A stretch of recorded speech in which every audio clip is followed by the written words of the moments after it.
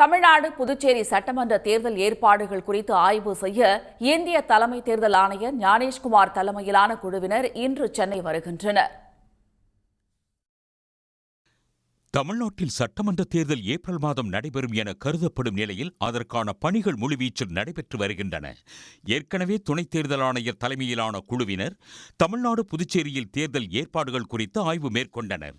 தொடர்ந்து இந்திய தலைமை தேர்தல் ஆணையர் ஞானேஷ்குமார் தலைமையிலான குழுவினர் இன்று சென்னை வருகின்றனர். காலை 9 மணி அளவில் சென்னை வரும் அவர்களை தமிழக தலைமை தேர்தல் அதிகாரி அர்ச்சனா பட்நாயக் வரவேற்கிறார். பின்னர் அங்கிருந்து ஹெலிகாப்டரில் புதுச்சேரியை சென்றடையும் அவர்கள் அங்கு மேற்கொள்ளப்பட்டு வரும் தேர்தல் பணி நிலவரங்களை ஆய்வு செய்ய உள்ளனர். பின்னர் நாளை மீண்டும் சென்னை வரும் தேர்தல் ஆணையர் தலைமையிலான குழு அங்கீகரிக்கப்பட்ட அரசியல் கட்சி பிரதிநிதிகளை அழைத்து ஆலோசனை நடத்த உள்ளது.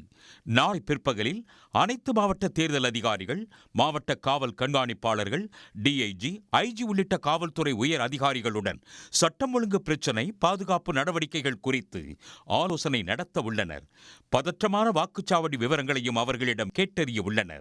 இது தவிர வாக்குச்சாவடியில் மேற்கொள்ளப்பட வேண்டிய கண்காணிப்பு பணி, அடிப்படை வசதி, கட்டுப்பாட்டு அறை அமைப்பது உள்ளிட்டவைகள் குறித்தும் தேர்தல் ஆணையர் தலைமையிலான குழு ஆய்வு செய்ய உள்ளது.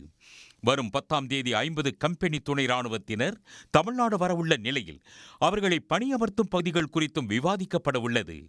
நாளை மறுநாள் வருமான வரித்துறை, சுங்கத்துறை, அமலாக்கத்துறை போன்ற விசாரணை அமைப்புகள், ரயில்வே, துணை ராணுவம், அஞ்சல், சிவில் விமான போக்குவரத்து துறை உள்ளிட்ட 23 துறைகளின் அதிகாரிகள் மற்றும் ஒருங்கிணைப்பு அலுவலர்களுடனும் தேர்தல் ஆணைய குழு ஆலோசனை நடத்த உள்ளது. பின்னர் வெள்ளிக்கிழமை நண்பகலில் செய்தியாளர்களை சந்திக்கும் தேர்தல் ஆணையர் ஞானேஷ்குமார் தமிழ்நாட்டில் மேற்கொள்ளப்பட்டுள்ள தேர்தல் ஏற்பாடுகள் குறித்து விவரிக்க உள்ளார்.